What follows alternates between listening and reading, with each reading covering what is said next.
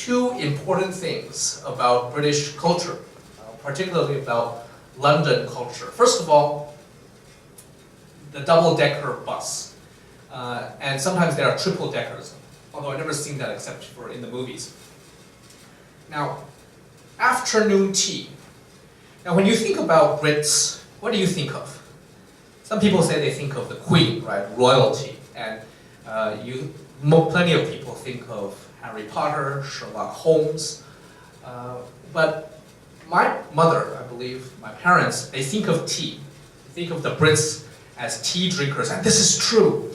They have morning tea, and then afternoon tea, and then some evening tea maybe, and you can enjoy afternoon tea while taking a bus tour of London.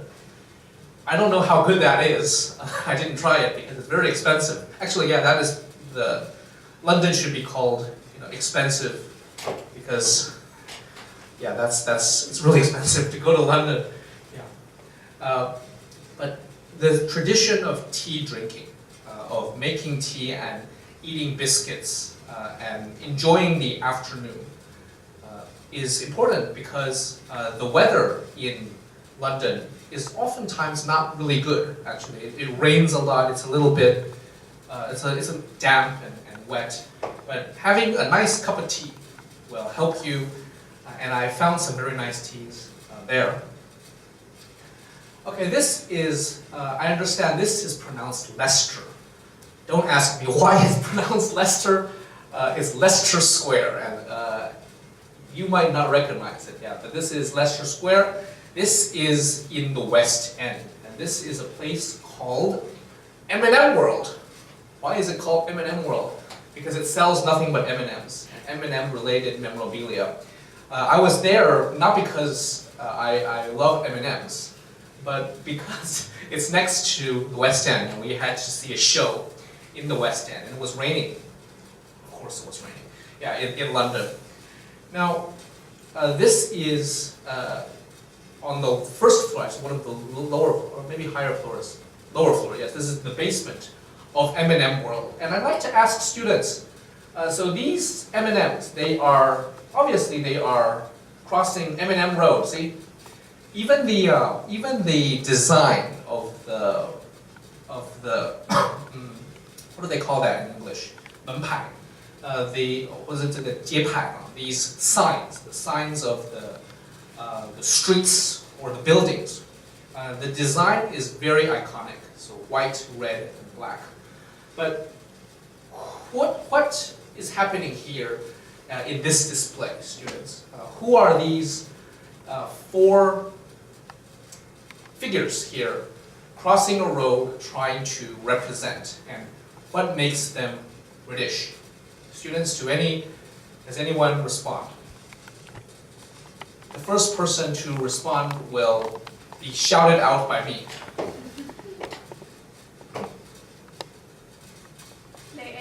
They ask other questions. They ask other questions, which I will be happy to answer. But please answer this question. Anyone? This is a representation of important British band.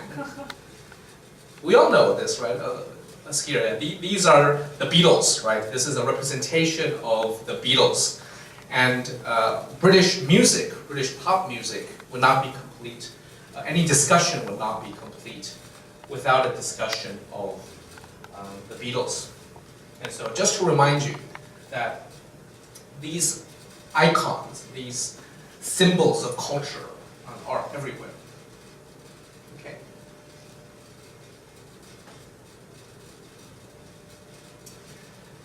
So, 221B Baker Street, where this guy comes from, actually. This is the Sherlock Holmes Museum. Now this is something that I think is really, really poetic. I want you all to think about this because Sherlock Holmes or Harry Potter, they don't exist in real life, right? They are part of the imagination, a collective imagination that we all have. They are part of literature. Last week, when Emil was here, we talked about how reading literature made the experience of the real world better. Our trip to Nebraska showed that if you know the space, you know the geography, you know some of the history, when you go there, it's a completely different experience. Now this is a case, I think, in which fantasy has now shaped reality. And so this is the real Baker Street in London that existed before Sherlock Holmes, before Arthur Conan Doyle, before Sir Doyle wrote these works, these famous stories. But it's now become part of real life. Isn't that amazing? That something that started from a person's imagination is now an actual place in real life. I find that really amazing and really poetic, that the place actually exists. You can come to Baker Street and you can find Sherlock Holmes here. Not actually here, he's not really here, right? He's working on a case somewhere. But you can see his tools here. I think we can see this.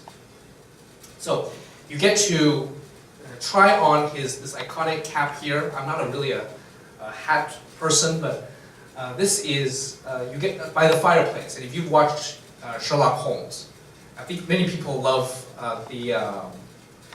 what is his name? Benedict Cumberbatch, right? This wonderful British actor portraying a very modern version of Sherlock Holmes. So this tradition is very much alive, and you get to see it here. They compile together letters, fan mail from all over the world. They display it. It's truly a wonderful experience. You walk into a fantasy, and it is, in a really real sense, it has become reality. Okay. And obviously, you can tell that I never change my clothes because I'm wearing the same jacket, right? I'm very boring in this sense. I wear the same clothes. I wash the clothes, but just... Okay, so a little bit of a story about this figure here.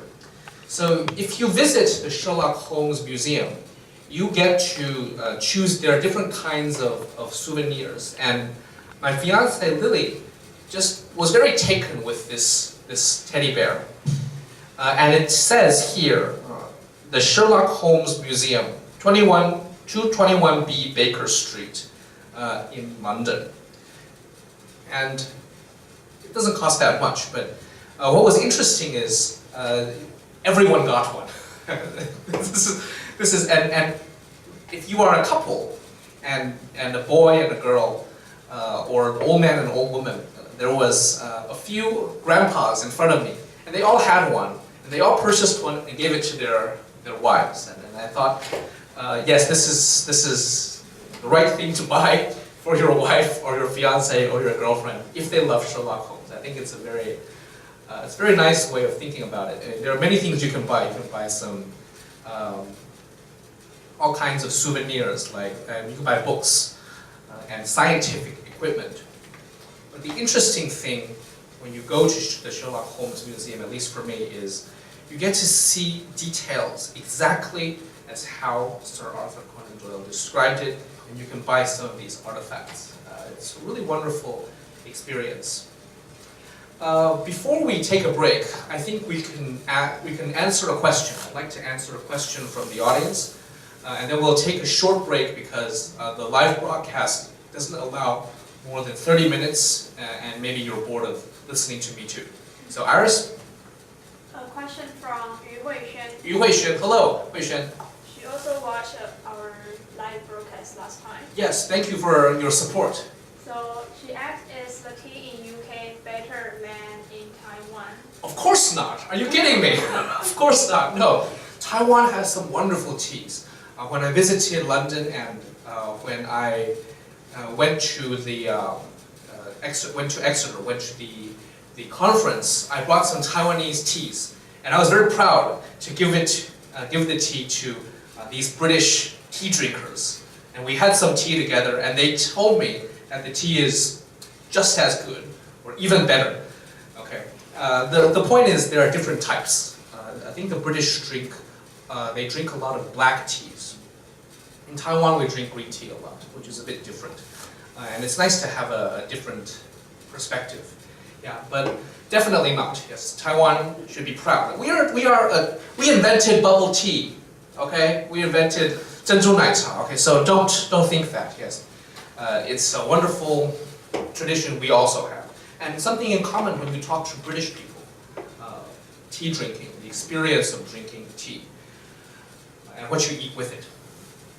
Talking about bears, I know some British people who think that the 珍珠, yeah, they taste like gummy bears. They say this. I don't know why, but it's yeah. Actually, I see why, but it's strange to some people. Okay, let's take a break for a couple minutes. We will be right back. Thank you all very much.